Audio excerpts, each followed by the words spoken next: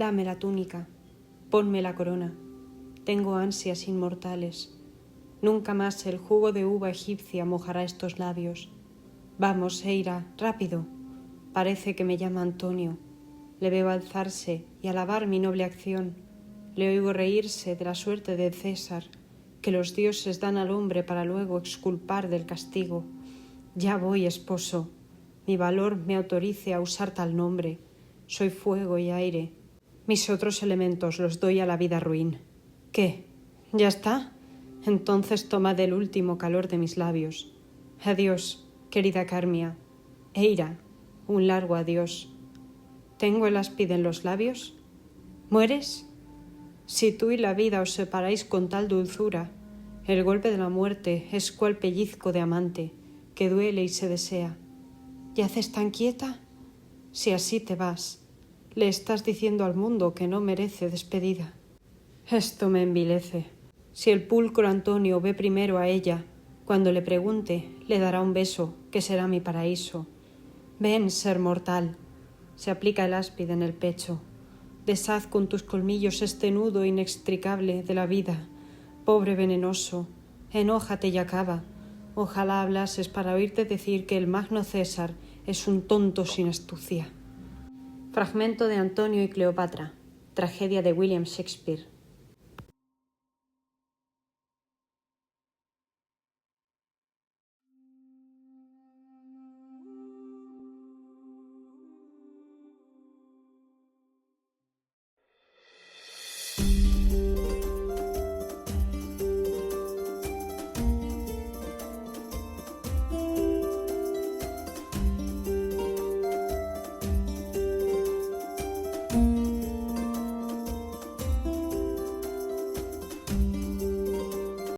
Cleopatra VII Filopator nació en una época, vamos a decir que confusa.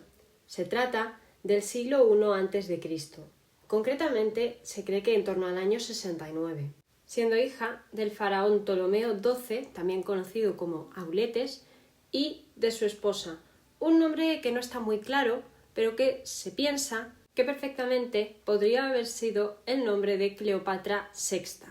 Por supuesto, los registros pueden ser confusos al respecto, ya que hace muchísimos siglos de esto, pero lo que sí se sabe a ciencia cierta es que Cleopatra, nuestra Cleopatra de hoy, era miembro de la dinastía tolemaica. Se trataba de una familia de origen griego, helenístico, mejor dicho, que había llegado al poder en torno a 1320-1323 a.C., de la mano de las conquistas de Alejandro Magno, el mítico rey y general griego. Alejandro había entregado el gobierno de Egipto a uno de sus generales, que sería, sin ir más lejos, Ptolomeo Sóter, también conocido como Lágida debido a que procedía de la zona de Lagos en Grecia. Este general, griego y por tanto extranjero para lo que era la población egipcia, tengamos en cuenta que desde la construcción de las pirámides famosas hasta la época de Cleopatra y los tolemaicos hay muchos siglos de diferencia. De hecho, hay casi más distancia entre Cleopatra y la construcción de las pirámides que entre Cleopatra y nosotros, para que nos hagamos una idea de la distancia que había. Lo digo porque no pensemos en el Egipto que se encuentran los Ptolomeos como el Egipto antiguo que suelen referirnos cuando hablamos de Tutankamón, cuando hablamos de Ramsés, cuando hablamos de Keops. No, de hecho entre los mismos nombres que os acabo de decir también hay mucha distancia en el tiempo. Para el momento en el que Ptolomeo Sóter, que recordemos en torno al 320, es un tiempo antes, 3 siglos antes de Cleopatra, Egipto sigue siendo uno de los reinos, uno de los territorios más ricos del Mediterráneo, pero ya no es ese gigantesco imperio que había sido en el pasado. Y con la influencia de los Ptolomeos, lo que irá sucediendo es que una dinastía extranjera ajena al país se hace con él y de alguna manera no se va a mezclar demasiado con lo que es la población egipcia. Van a continuar con la tradición que habían usado las antiguas dinastías de seguir prefiriendo reproducirse entre ellos, entre los miembros de la misma familia, lo cual va a ser bastante importante en el contexto de Cleopatra. Pero además de eso, cuentan las leyendas que no solían interesarse demasiado en conocer el idioma que hablaba su pueblo, el idioma egipcio que hablaban ellos. Ellos hablaban griego y entiendo yo que esto sería un poco distinto porque si no hablaban egipcio o no lo conocían para nada, habría podido llegar a ser complicado asentarse durante 3 siglos en el país africano. Pero todo es posible, oye, todo es posible. Para que os hagáis una idea, la dinastía tolemaica no solo gobernó en lo que hoy pertenece a Egipto, sino que también gobernó en la Cirenaica, en Canaán y en Chipre. Es decir, que tenían unos dominios un poco diferentes de lo que a día de hoy consideraríamos que es Egipto. Es un imperio que es variado, que es mezclado. Tienes la parte egipcia, donde el pueblo es egipcio, pero tienes una dinastía que es griega, que gobiernan en Chipre también, que es una isla de corte helenístico, gobiernan en Canaán, que es un territorio muy vinculado a la cultura de Oriente Medio, y gobiernan en torno a la Cirenaica también, que a día de hoy pertenece en parte a Libia. Y un territorio tan grande, y por eso quiero señalarlo, es imposible que no acabe habiendo mezclas, que no acabe habiendo, ¿cómo se llama esta palabra?, sincretismo, en cierta manera. Y así es como va a ocurrir en el periodo de influencia de los griegos, donde va a fundarse la ciudad de Alejandría, donde se va a convertir en esa gran ciudad, en esa gran capital que conocemos a día de hoy, como esa mítica ciudad de la Biblioteca de Alejandría, pues el origen de esa ciudad está precisamente en el poder de los tolemaicos. Quiero decir, antes de la llegada de estos, Alejandría era una ciudad, digamos, de segundo orden, un pueblo, es considerada por algunos, pero no era la gran urbe que llegaría a ser, no era una capital, no era un emporio comercial. Y la familia de Cleopatra convirtió a Alejandría en esta mismo. Asimismo, es conocida la mezcla que hubo con algunos dioses o esa asociación que había entre algunos dioses que solemos asociar al panteón olímpico y dioses tradicionales, que tenemos considerados como tradicionales, de la mitología egipcia. El ejemplo más claro que me viene a la mente es el de Afrodita e Isis, que se van a asociar de alguna manera, se va a considerar que son una especie de equivalentes, esto seguramente un antropólogo podría explicarlo mucho mejor, y se va a considerar que de alguna manera son diosas que pueden ser la misma o ser una especie de asociación en cierta manera. Y esta diosa es bastante importante porque se va a representar en varias ocasiones a Cleopatra como esa Isis o como esa Afrodita Isis, y ella misma, de alguna manera, ha sido representada varias veces a lo largo de la historia con esa diosa del amor, de la fertilidad, de la pasión. Se le va a atribuir mucho ese tipo de elementos, no siempre en el buen sentido, o no siempre se va a considerar eso como algo bueno. Quienes la endiosan verán en ella algo maravilloso, es una diosa mítica, pero quienes la odien la tratarán como si fuese poco más que una meretriz, que una prostituta, vamos a decir. La van a tratar muy mal, sobre todo por parte de la mayoría de historiadores romanos de su tiempo. Y ahora sí, vamos a trasladarnos concretamente a lo que fue la infancia y su vida al trono de Cleopatra. Vamos a conocer un poco a esta chica, pero primero os he querido presentar a la familia. Cuando Cleopatra nace en el 69 a.C., en Egipto está gobernando su padre. Ptolomeo XII, aunque también, Auletes, llevaba gobernando algunos años, concretamente desde el 80 a.C., y podemos suponer que en un principio, en su infancia como princesa egipcia, Cleopatra se habría criado con sus hermanos, con los tutores que les pusieran, que habría tenido una infancia en principio feliz. Ella no era la mayor. Tenía a su hermana mayor Berenice, tenía a su hermano Ptolomeo XIII, tenía a su hermana Arsinoe y tenía a Ptolomeo XIV. También cuentan por ahí que tendría una hermana que se habría llamado Cleopatra VI, pero podemos ver que esto lleva a cierta confusión sobre su madre y su hermana. Su madre habría sido entonces Cleopatra V, pero entonces ¿por qué en algunas partes aparece como Cleopatra VI? Es ese tipo de confusiones que no llega a saberse exactamente dónde acaba un personaje y dónde acaba otro en este tipo de historias. Pero la cuestión es que podemos suponer que en un principio ella tuvo una infancia más o menos normal para lo que era la época, vamos a interpretar. O tal vez no tan normal. Tengamos en cuenta que el padre de Cleopatra era hijo bastardo de otro faraón, de Ptolomeo IX Sóter, y de una madre desconocida, por lo que ya podemos imaginar que la condición de un bastardo no siempre iba a estar bien vista. Es ese tipo de situaciones que a veces se dan en la monarquía y que pueden llevar a o acabar muy bien o a que todo termine como el Rosario de la Aurora. Y básicamente fue eso lo que ocurrió en este caso. En aquella época, ya en el siglo I a.C., tenemos a una república romana muy floreciente en el Mediterráneo, bastante poderosa, que ya se ha extendido por Hispania, ya se ha extendido por parte de los Balcanes, ya se ha extendido por toda Italia y ya comienza su extensión por las Galias. Tengamos en cuenta que es la época de las conquistas de Julio César en la Galia. ¿Habéis oído hablar del cómic de Asterix y Obelix? Pues es un poco parodia de esa época. Cosas que pasan a veces, me temo. La ficción es maravillosa. Pero es una época donde la República Romana es el estado más poderoso del Mediterráneo y Egipto, aunque sigue siendo el más rico a nivel, digamos, de recursos, Egipto siempre ha sido muy rico en recursos, ya no es esa gran potencia que había sido. Y Ptolomeo XI, Auletes, vamos a llamarlo, el papa de Cleopatra, va a necesitar encontrar apoyos fuera del país que le ayuden a mantenerse como legítimo rey. ¿Y dónde lo va a buscar? Pues precisamente en el Senado romano, lo cual también va a tener sus más y sus menos, porque en este tiempo en el que estaríamos en el primer triunvirato entre César, que estaba en la Galia, entre Pompeyo, que estaba en Hispania, y Craso, que estaba en Partia en aquel momento, Partia zona oriental, podemos imaginarnos, en torno a Persia, Siria más o menos, ubicamos un poco el terreno geográfico.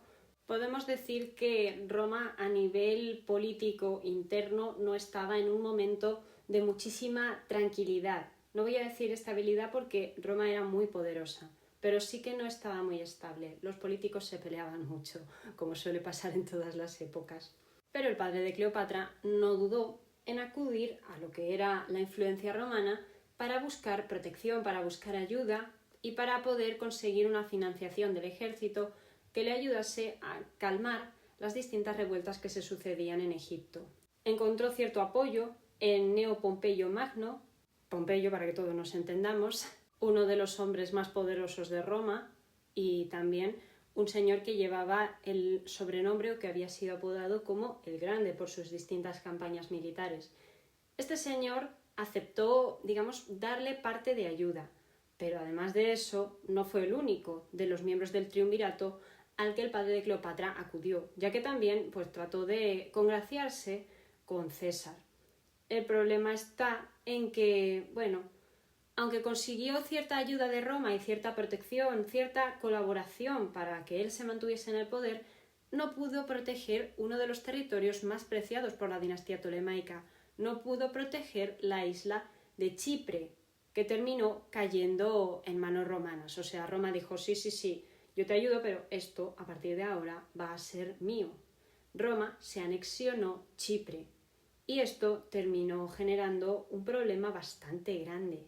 Bastante grande porque generó problemas con la rama de la familia real que vivía en Chipre, el que gobernaba allí se suicidó, podemos decir, y generó también en la propia Egipto una revuelta muchísimo más grande, por lo que el papa de Cleopatra decidió marcharse a Roma, escapó siendo una especie de refugiado, una persona que buscaba alojamiento, es que refugiado tampoco sería la palabra, por supuesto, pero el caso es que en un principio había dejado gobernando en Egipto a su esposa, que desaparece del mapa en ese momento, y a su hija mayor, Berenice, que sería conocida como Berenice IV. Pero esta mujer se le subió un poco el poder a la cabeza. El pueblo comenzó a alabarla a ella como la legítima reina, por lo que Berenice terminó oponiéndose a su padre y levantándose contra él. Y también se envió a Roma una solicitud donde se pedía que el Senado aceptase a Berenice como la legítima reina de Egipto. Vamos a señalar aquí una cosa. Aunque Egipto, propiamente dicho, no pertenecía a Roma, no era un estado vasallo, vamos a decir así, sí que era un país que dependía mucho de la República Romana en aquel momento. Hay quien lo califica de títere. Se trata, de representar esa idea en la que los egipcios de alguna manera buscaban el apoyo y buscaban la aprobación de los romanos para básicamente todo. y el apoyo de Roma era vital para decidir quién era el rey y quién no lo era. De manera que cuando el Senado emite un edicto, se pone de parte de Auletes, se pone de parte del padre de Cleopatra, estalla una guerra, o sea, el padre de Cleopatra se marcha a intentar recuperar su territorio, aunque los romanos parece ser que colaboraron entre poco y nada porque era como, mira, a nosotros no nos líes que estamos ya con bastantes problemas. A esto yo sé que no es lo más profesional del mundo, pero básicamente es eso a lo que me suena, lo que dijeron los romanos. Para resumiros un poco y volver con la historia de Cleopatra, que es la que habéis venido a escuchar, pues vamos a terminar diciendo que finalmente Auletes recupera el trono, ejecuta a su hija Berenice y nombra herederos a sus dos hijos pequeños. Bueno, dos de sus hijos pequeños, Ptolomeo XIII y Cleopatra, que llegaría a ser Cleopatra VII. Esta sí que sí, nuestra Cleopatra, pero les dejaría el trono para que gobernasen en régimen, como había sido bastante típico o una especie de institución heredada de las antiguas tradiciones, como cogobernantes y también como esposos. Cleopatra para esta época es una mujer ya jovencita, pero un poco mayor, tendría en torno a 17, 18 años, y Ptolomeo pues era un niño que si llegaba a los 10 años era ya suponer mucho. Para que os hagáis una idea, Cleopatra nació en torno al 69 y su padre murió en el 58 a.C. y es en ese momento donde comenzó el confuso reinado de Ptolomeo XIII y de Cleopatra, que nunca estuvo en paz, nunca estuvo exento de polémicas y nunca estuvo exento de problemas. Desde el minuto 1 los consejeros de uno y otro hermano estuvieron decididos a enfrentarlos. ¿Por qué? Un intento de acercarse al aire que mejor sopla, un intento de acercarte al caballo ganador, pensar que todo el poder para uno era mejor. Las conspiraciones se sucedían en aquella época y Ptolomeo y Cleopatra parece ser que no tenían ninguna buena relación desde pequeños, pero es que, bueno, desde pequeños, Ptolomeo era pequeño, Cleopatra era una muchacha, realmente no debía ser fácil dirigir todo un imperio siendo dos niños realmente. Y además que entre ellos se llevan tanta edad. Es aquí donde entran personajes como Áquilas, un militar de la época, Potino, un eunuco encargado de las finanzas, Teodoto, un tutor. Es aquí donde entra la influencia de personajes, este tipo de personajes oscuros, que no caen bien nunca a la opinión pública, pero que terminarían desencadenando una guerra entre los dos hermanos. Ptolomeo en un principio se impuso y Cleopatra se escapó, tuvo que marcharse y rearmar su propio ejército, su propio bando, para regresar y enfrentarse a su hermano. ¿Qué ocurrió? Pues que un romano, ya lo sabemos todos, se interpuso en ese camino de la reina, o tal vez ella se interpuso en el suyo. César no había llegado exactamente a Egipto para meterse en la guerra entre dos hermanos. No le interesaba Egipto, él venía de las Galias, venía de haber estado también en Hispania, él venía de dar vueltas, venía de haber sido nombrado dictador de Roma. César venía buscando a Pompeyo y, sin embargo, lo que encontró fue algo muy diferente. Regresó César rápidamente a Roma, pasó a Macedonia, acometió a Pompeyo y mantúvose encerrado durante 4 meses en inmenso recinto de fortificaciones, derrotándole al fin en Farsalia. Le persiguió luego en su fuga hasta Alejandría, donde le encontró asesinado, teniendo que hacer al rey Ptolomeo, que le tendía a asechanzas, una guerra muy difícil y peligrosa para él por las desventajas del tiempo y del lugar, el riguroso invierno, la actividad de su adversario, provisto de todo, en el recinto de su capital, y su escasa preparación para la lucha que estaba muy lejos de prever. Habiendo salido vencedor, César concedió el título de Egipto a Cleopatra y a su hermano menor, no queriendo hacerlo provincia romana, por temor de que algún día pudiera dar ocasión a nuevas discordias al caer en manos de un gobernador turbulento. Julio César en Egipto. Suetonio, vida de los 12 Césares.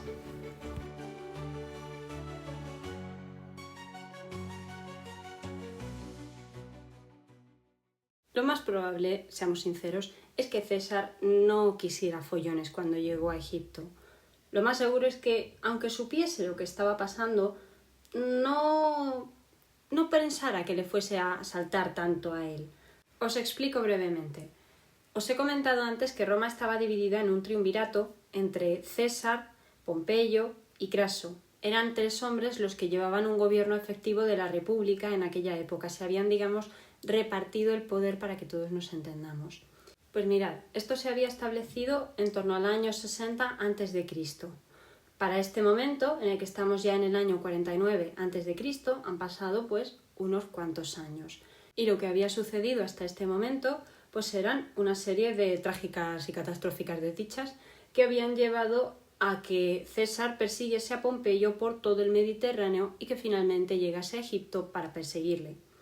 En este tiempo había muerto Craso en una campaña contra los partos. Cuentan las leyendas que le hicieron tragar oro líquido, una imagen que nos recuerda bastante a Juego de Tronos seguramente.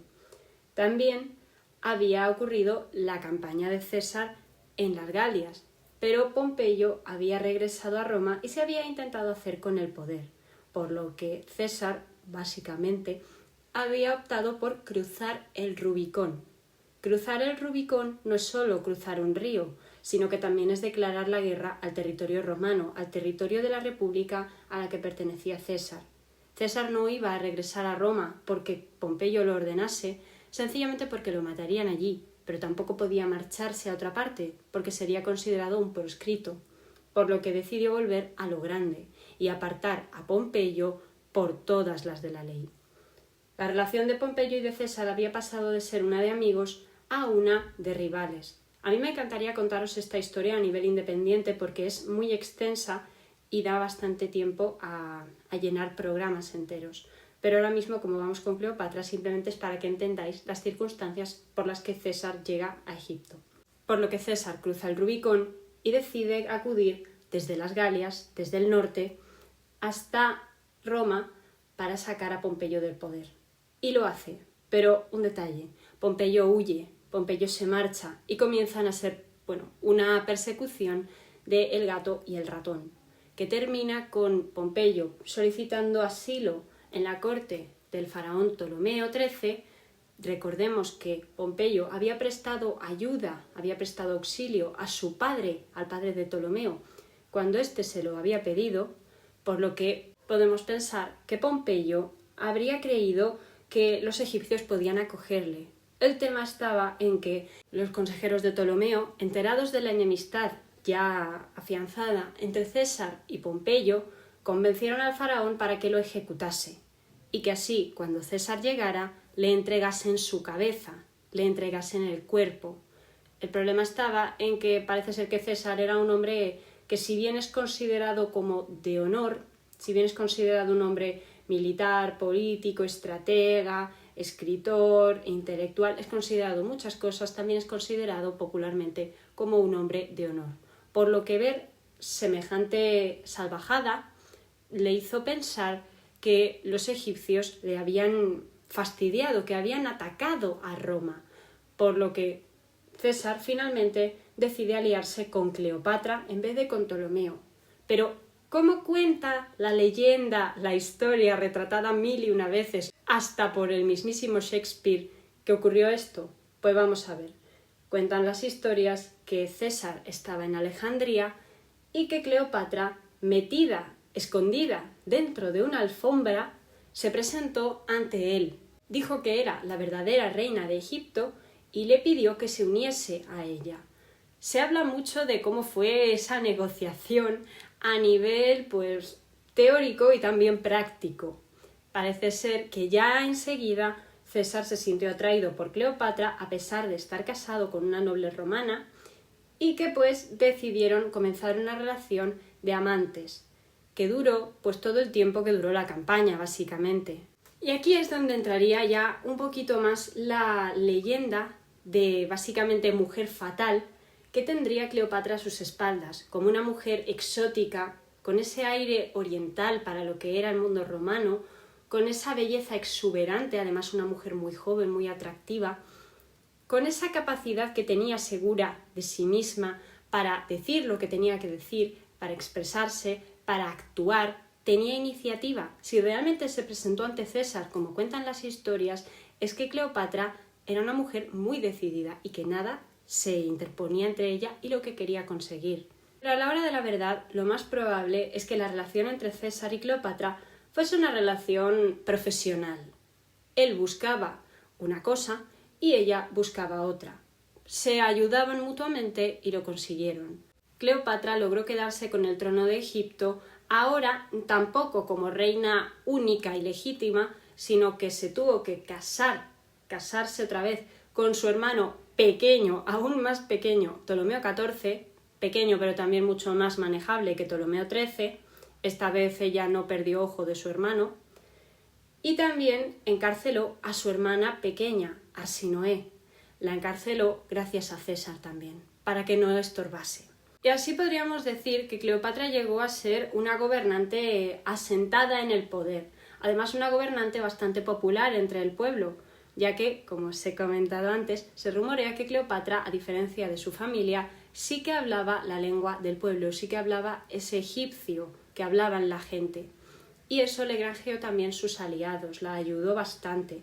Pero había un inconveniente. La relación entre César y Cleopatra había dado un fruto bastante particular. César había tenido un hijo con Cleopatra, llamado Cesarión, el cual era un bastardo, por supuesto, porque había nacido fuera del matrimonio. César estaba casado y Cleopatra no estaba muy bien visto tener un hijo con un extranjero fuera del matrimonio, de la unión, sí, fuera de eso. No estaba del todo bien visto para una reina. Aunque yo esto lo cuestiono un poco, no tanto porque no me crea que realmente estaba mal visto, sino porque me gusta tener un sano escepticismo a la hora de que no conocemos totalmente cómo era la mentalidad de una época tan antigua. Es difícil saberlo realmente, podemos hacernos una idea, pero lo que sabemos de Cleopatra viene principalmente de su nación rival, viene principalmente de los romanos y la ponen en muy mal lugar, por lo que es complicado saber realmente qué pensaban los egipcios de a pie. Esto lo tendré que investigar más a fondo, por supuestísimo, centrándome solo en eso y contároslo más adelante. Pero el caso es que a César en un principio sí que le habría parecido bien tener un hijo varón, porque él, después de Pompeyo estaba muerto, Craso también, ahora era César el único dictador y había sido nombrado como dictador de la República Romana, un hombre que protegiese y que dirigiese la República. Por lo que, vamos a ver, tener un hijo para su legado podía venir muy bien, pero César no llegó a conocer a este niño cuando nació. Él ya estaba fuera, se había marchado de Egipto y estaba intentando regresar a Roma. Y así podríamos decir que Cleopatra había cumplido con su objetivo, lo había logrado, pero nace otra nueva polémica. ¿Qué será del niño de Cleopatra? ¿Dónde gobernará? ¿A qué territorio pertenece? Cuentan las leyendas, hay cierta confusión con esto, que cuando César finalmente logra llegar a Roma, tendrá el proyecto de, aprobar una ley que permita la poligamia para así poder reconocer al hijo de Cleopatra como miembro de una unión legítima entre él y una reina, no una mujer cualquiera, una reina, sin tener que insultar a su mujer, la cual, no llevaba muy bien, o podemos imaginar que no llevaría muy bien, el hecho de que su marido hubiese tenido un hijo con otra y no con ella. Aunque quién sabe, porque si César pasaba tantísimo tiempo fuera de casa, podemos suponer que tampoco se conocían demasiado. A lo mejor la mujer estaba mejor sola. Lo sorprendente es que, con el pasar del tiempo, Cleopatra termina visitando Roma. ¿En qué circunstancias? En las circunstancias de que César la invita a acudir allí y ella se alojará en su villa privada. Y aunque no aparecerá en muchos actos públicos, ni siquiera en un desfile de encadenados que se había organizado para celebrar las victorias y la gloria de César, un desfile donde incluso la hermana de Cleopatra, Arsinoé, participaría encadenada, o sea, en calidad de una de las derrotadas, un personaje derrotado por César. Cleopatra habría mantenido un perfil bajo dentro de todo esto, intentando no llamar la atención más de lo que ya la llamaba. una mujer tan exuberante como cuentan las leyendas, acompañada de todo el séquito que ella llevaba, no iba a ser una cosa menor. Menos todavía cuando todo el mundo en Roma sabía de la relación entre César y Cleopatra y sabían del niño. El niño Cesarión era hijo de César, por lo que podemos intuir que la tensión se cortaba con un cuchillo en Roma en ese tiempo. Podemos intuirlo particularmente bien. Pero ahora tengamos en cuenta una cosa, que es bastante llamativa. Desde la llegada de César a Egipto en torno al 49 a.C. hasta su asesinato el 15 de marzo del año 44 a.C. habían pasado 5 años. 5 años teniendo en cuenta los transportes de la época, teniendo en cuenta las campañas de la época, teniendo en cuenta la velocidad a la que circulaban las noticias en la época. Es increíble pensar que en ese tiempo todo el mundo en el Mediterráneo supiese quién era César, supiese quién era Cleopatra, quién era su hijo y qué les había unido a ellos dos. Siempre hubo cierta duda sobre si los medios que había utilizado Cleopatra para subir al poder casándose, esta vez con su hermano Ptolomeo XIV, habían sido los mejores. ¿Por qué había muerto Ptolomeo XIII en batalla? Había muerto por intervención del romano. Tal vez Egipto se estaba sometiendo ya demasiado a los romanos, estaba tan dependiente la dinastía tolemaica de aquella potencia extranjera. Peligroso, pero así es, en efecto.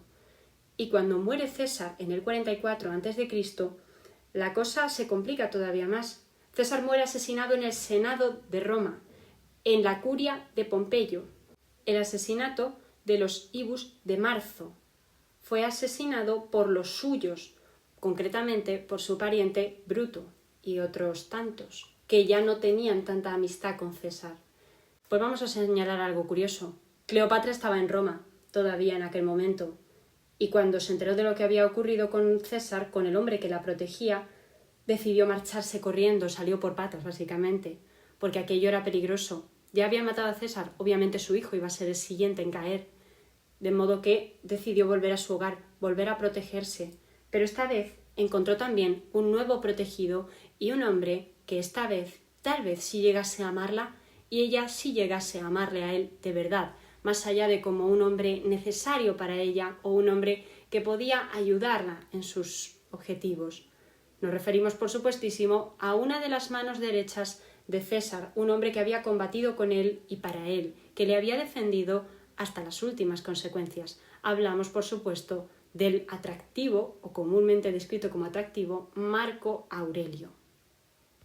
Cleopatra había demostrado ser una superviviente nata, pero también una mujer capaz de dirigir Egipto. Había conseguido que Roma se convirtiese en un aliado y no necesariamente en un dueño. Había conseguido mantener la independencia de su territorio y mantener también su poder. Y tras la muerte de César pasaron 3 años de calma, 3 años de relativa calma donde ella se dedicó a gobernar hasta que fue reclamada por uno de los hombres más leales a César. Marco Antonio, después de la muerte de César, se había aliado con Octavio, uno de sus mayores rivales, con el cual se llevaba muy mal y con el que llegaría a llevarse aún peor, y con otro triunviro llamado Lépido, para volver a repartirse el gobierno de la República. Es el segundo triunvirato. Es otra nueva organización, otro nuevo intento de hacer como César, Pompeyo y Craso. Pero el plan de Marco Antonio era volver a la idea que tenía César. Después de haber conquistado tanto al norte de Europa, haber conquistado las Galias, después de haber hecho algunas campañas exitosas en Britania, después de haber hecho tanto, César había tenido el sueño de conquistar Oriente, de conquistar Partia, aquel territorio que su amigo Craso no había podido conquistar y que era uno de los grandes rivales y estorbos para la supervivencia de Roma. Siguiendo esta idea, Craso puso todo su empeño en conseguir una campaña estable, pero por supuesto, si querían viajar hasta Oriente, tengamos en cuenta hasta dónde llegaban los dominios de Cleopatra, hasta Judea básicamente, necesitaba el apoyo de los egipcios, por lo que decide convocar a Cleopatra, llamarla para que acuda a la ciudad oriental de Tarso. Tarso, una ciudad que a día de hoy está en Turquía, pero que en aquel momento pues obviamente no, porque Turquía no existía. y que podía ser un buen punto para que se encontraran ambos dirigentes. Se cuenta, lo han dicho mucho los novelistas, que Cleopatra y Marco Antonio habían quedado prendados el uno del otro ya desde hacía muchos años, desde antes incluso de que llegase Cleopatra a conocer a César. La historia dice que Marco Antonio conoció a Cleopatra cuando ella era una adolescente de unos 14 años más o menos, 14-13, en un pequeño viaje que había hecho con motivos diplomáticos a Egipto y que se había quedado enamoradísimo de ella. Por supuesto, esta es una versión muy bonita, pero que digamos aparta un poco, deja un poquito de lado los intereses políticos que seguían manteniendo el uno con el otro. César al final, al estar con Cleopatra, había montado, ante todo, una alianza, y Cleopatra estaba dispuesta a mantenerla porque le beneficiaba. Cleopatra no tuvo problema en estar cerca de Marco Antonio, y, a ver, es obvio que no sabemos si amor, pero sí que hubo una atracción bastante fuerte entre ellos, ya que tuvieron a 2 hijos gemelos, 2 niños que nacerían, paradójicamente, otra vez sin su padre cerca. Marco Antonio, al igual que había hecho César con Cesarión, se había vuelto a Roma acusado de llevar una vida demasiado licenciosa con Cleopatra.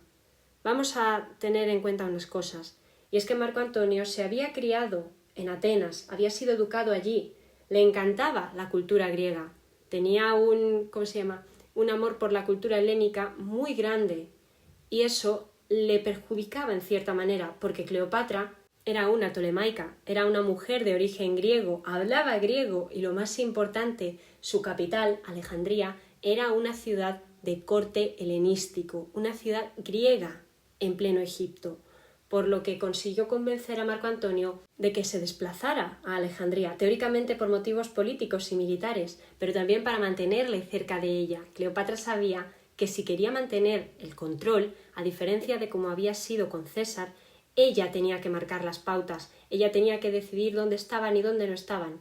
Y se cuenta, eso sí, que Marco Antonio estuvo encantadísimo de la vida, ya que Cleopatra, la primera vez que se acerca a él, lo hace en una barca de estilo griego, vestida al estilo griego, representándose como una diosa del amor, esta asociación que suele hacerse con Cleopatra y con Isis y con Afrodita.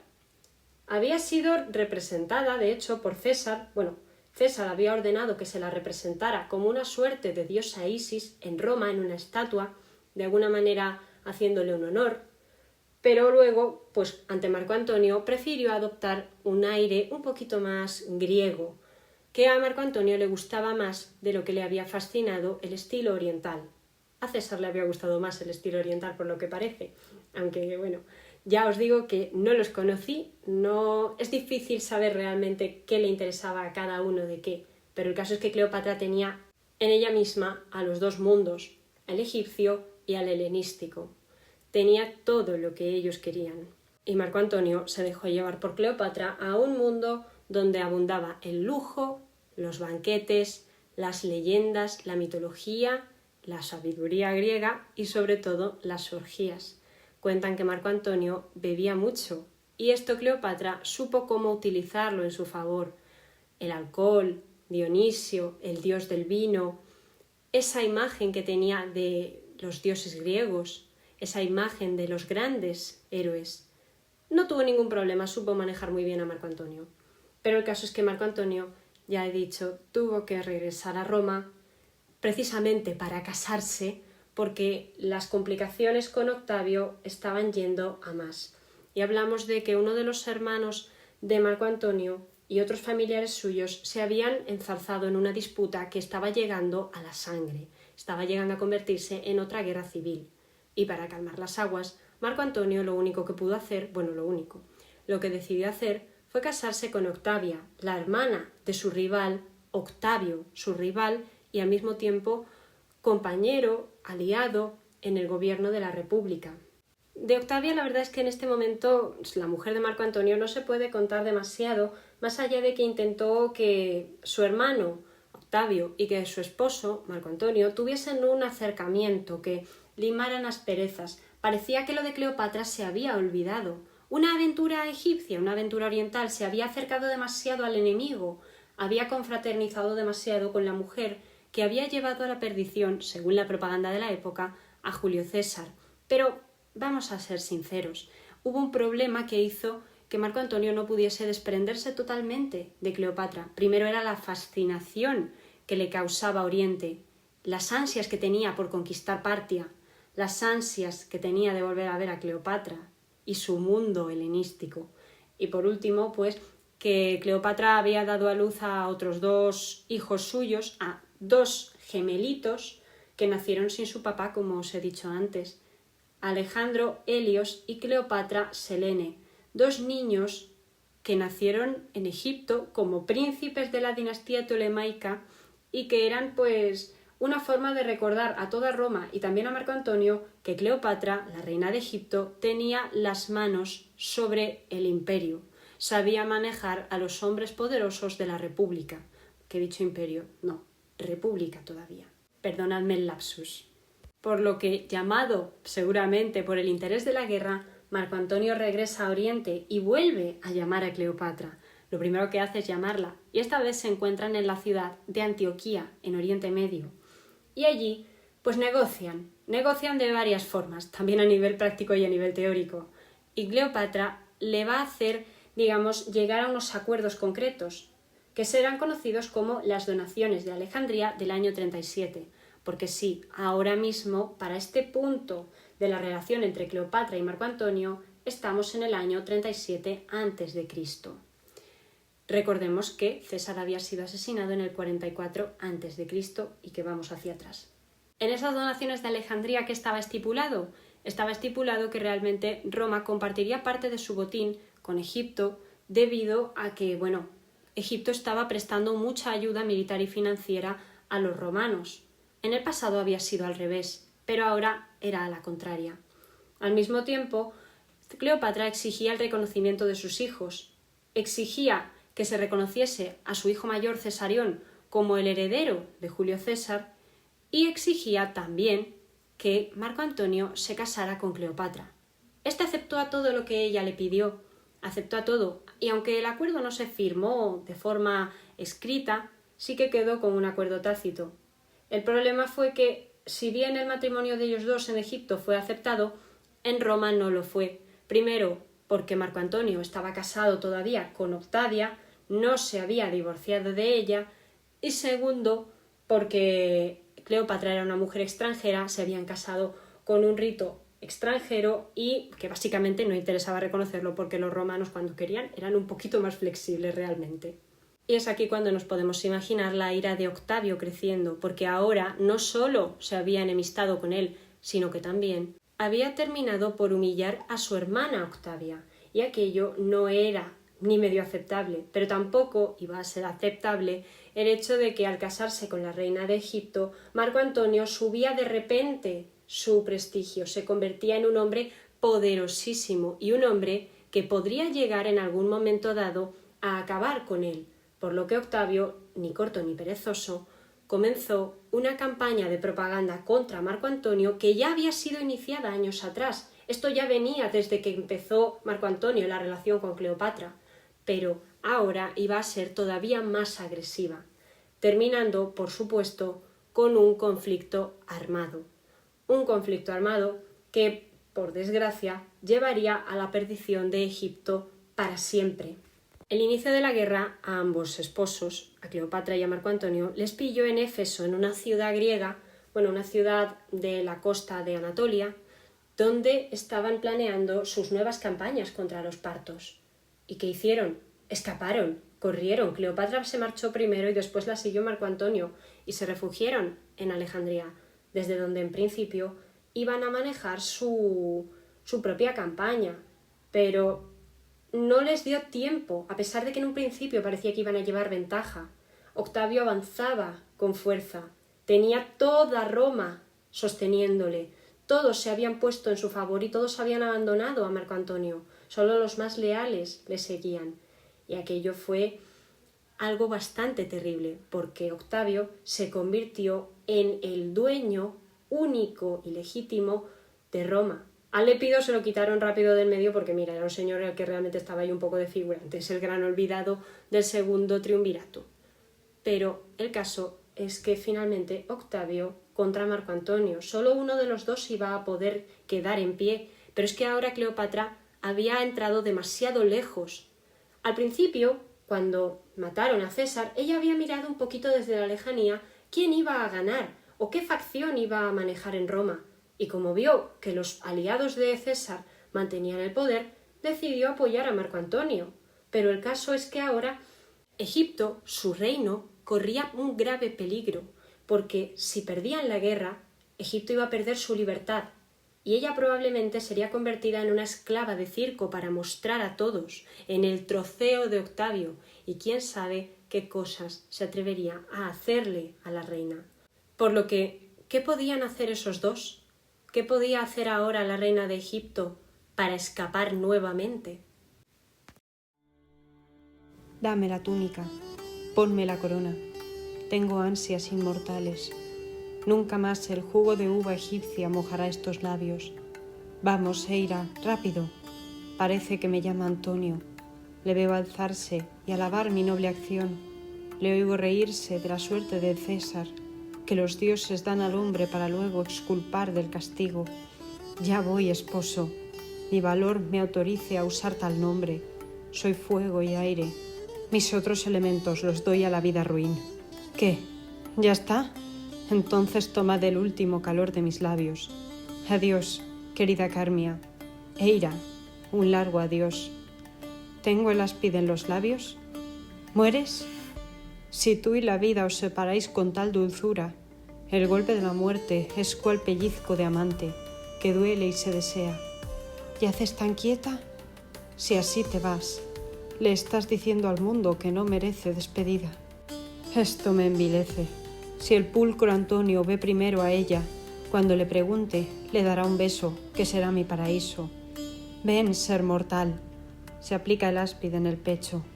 Deshaz con tus colmillos este nudo inextricable de la vida. Pobre venenoso, enójate y acaba. Ojalá hablases para oírte decir que el magno César es un tonto sin astucia. Fragmento de Antonio y Cleopatra, tragedia de William Shakespeare.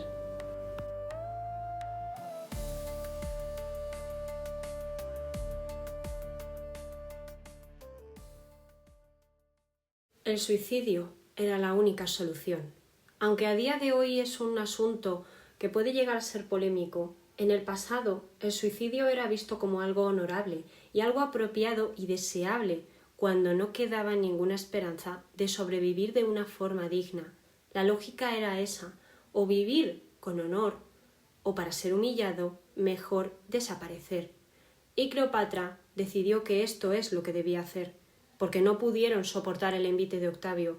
Marco Antonio había demostrado no poder ganar a su enemigo, no podía hacerlo, y Cleopatra, por tanto, había elegido al caballo perdedor de forma definitiva. Pero parece ser que sí que le tenía cariño, ya fuese porque lo amaba o fuese porque era el padre de sus hijos. Pero la cuestión es que cuando Octavio le pide a Cleopatra que le entregue a Marco Antonio, ella se niega de forma rotunda. Por lo que Octavio no iba a dudar en arrasar a Alejandría y matarlos a todos. De manera que, antes de que los convirtiese a Marco Antonio y a ella en trofeos de guerra, Cleopatra decide animar a Marco Antonio a que se suicide, a que se quite de en medio.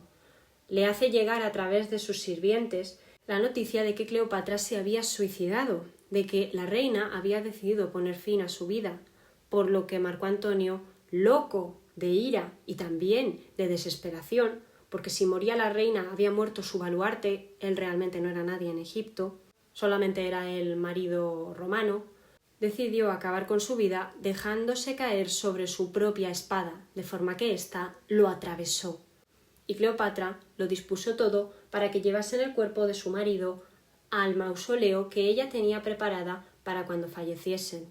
Había mantenido un poco esa idea de que los faraones egipcios debían tener ya preparado el mausoleo antes de fallecer, aunque esto realmente lo han hecho muchas personalidades a lo largo de la historia, por ejemplo los papas, pero eso es otra historia. La cuestión es que cuando Cleopatra va a acabar con su propia vida, Octavio llega a Alejandría, descubre lo que está pasando y le impone a Cleopatra una vigilancia muy rigurosa, porque los planes que él tenía para esa reina oriental que tantos problemas llevaba dando durante años era bastante siniestro.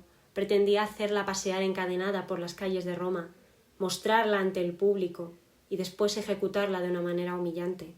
Pretendía ser él el dueño de su vida en sus últimos momentos, ser él quien le dijese cómo vivir sus últimos días y cómo morir. No le iba a dar opción y Cleopatra eso no lo iba a llevar bien, Por lo que tal vez recurriendo a sus habilidades para el escape, se había escapado de su hermano cuando era muy pequeña, se había vuelto a introducir en la ciudad sin ser vista para presentarse ante César, había escapado de Roma cuando mataron a César. Se había convertido en una mujer bastante habilidosa para salir corriendo y entrar y salir a su antojo, concretamente de Alejandría, que al fin y al cabo era su capital y el lugar donde ella había crecido siempre. Seguramente conocería esa ciudad como la palma de su mano, mucho mejor que los extranjeros romanos. Su Egipto ya estaba perdido, ya iba a desaparecer. Egipto iba a pasar a ser no ya un estado vasallo de Roma, sino que iba a ser Roma. Se iban a hacer con él y lo iban a convertir en una provincia más, y la reina debía fallecer con su pueblo, debía morir en Egipto, y su cuerpo debía descansar en su tierra, por lo que consiguió, con ayuda de 2 de sus criadas, llegar hasta el mausoleo y hacerse morir. La versión más popular es la que habla del veneno del áspid, un símbolo de los faraones egipcios desde muy antiguo y un símbolo de la tierra de Egipto, del desierto. El áspid es hermosa, es valiente, es ágil, es fuerte, es un depredador nato, pero también es letal, y eso es lo que ella quería demostrar. Se contaba que ella era una serpiente, pues iba a morir por el veneno de una, aunque también hay otras versiones más recientes que señalan que Cleopatra, en vez de haber muerto por la mordedura del áspid, como habría sido demasiado doloroso, habría preferido que eso se quedara como una estampa, que se difundiese la idea de que había muerto por el áspid, pero que a lo mejor habría preferido morir por cicuta, mucho más propio de los griegos y que a mí me recuerda mucho a la historia de la muerte de Sócrates, realmente. Por lo que las cosas como son, no se sabe qué fue de ella. Hay muchas teorías sobre dónde está su mausoleo, sobre dónde fue a parar su cuerpo, dónde estaba aquel territorio, pero es que lo único que sabemos son las notas del médico, de Cleopatra, que dejó por escrito que la reina se había suicidado con veneno, pero no tenemos la palabra de sus criadas, Carmión e Iras, las que murieron con ella. Solo tenemos la palabra de Olimpo, el médico, y con eso no basta. Pero para ella debió de bastar, porque Octavio no tuvo su poder, no tuvo el cuerpo de la reina entre sus manos, jamás lo encontró, y a día de hoy sigue siendo un misterio dónde está. Octavio regresó a Roma, asumió el poder ahora sí, siendo el único que quedaba, y dio comienzo el Imperio Romano. La República murió con Cleopatra, con César y con Marco Antonio, y se alzó una nueva forma de gobierno. Pero en cuanto a Cleopatra, en cuanto a su cuerpo, ¿dónde está? ¿Dónde se quedó? Han habido muchas excavaciones, se ha intentado encontrar por todas partes algún rastro, alguna pista, algo que diga a los egiptólogos y a los historiadores dónde está enterrada la reina, si todavía se puede recuperar su cuerpo, si fue embalsamada como se hacía antiguamente o si no. ¿Qué fue de ella, en una palabra? Es una leyenda, es un mito, ya es uno de esos misterios de la historia que difícilmente llegaremos a descubrir a ciencia cierta, o tal vez no, porque, vamos a ser sinceros, os voy a contar algunas de las teorías que hay. Pues en Egipto se encuentra el templo de Taporosis Magna, una gran tumba de Osiris, eso es lo que significa el nombre, y es una opción que se baraja mucho como posible lugar del mausoleo de Cleopatra y de Marco Antonio. Pero es que también cabe la posibilidad de que la tumba de la reina esté debajo del agua, esté enterrada en el mar, y por tanto probablemente todos los restos orgánicos de cuerpo perdidos para siempre. Esto se debe así a que la antigua ciudad de Alejandría se perdió en un maremoto, después de un terremoto, primero hubo un terremoto y después un maremoto, hace muchísimo tiempo. Y ya no queda realmente nada, o no queda casi nada de la ciudad que llegó a conocer la reina. Es famoso lo que ocurrió con el faro de Alejandría, ¿no? Que quedó destruido. Pues esto es lo que quedó del legado de Cleopatra, una reina que fue acusada de todo y de nada al mismo tiempo, de ser bella, de ser mortal, de ser muy inteligente, pero también de ser una superviviente. Sea como sea, el caso es que Cleopatra es un personaje fascinante, un personaje del que tal vez podamos aprender la capacidad de resistencia.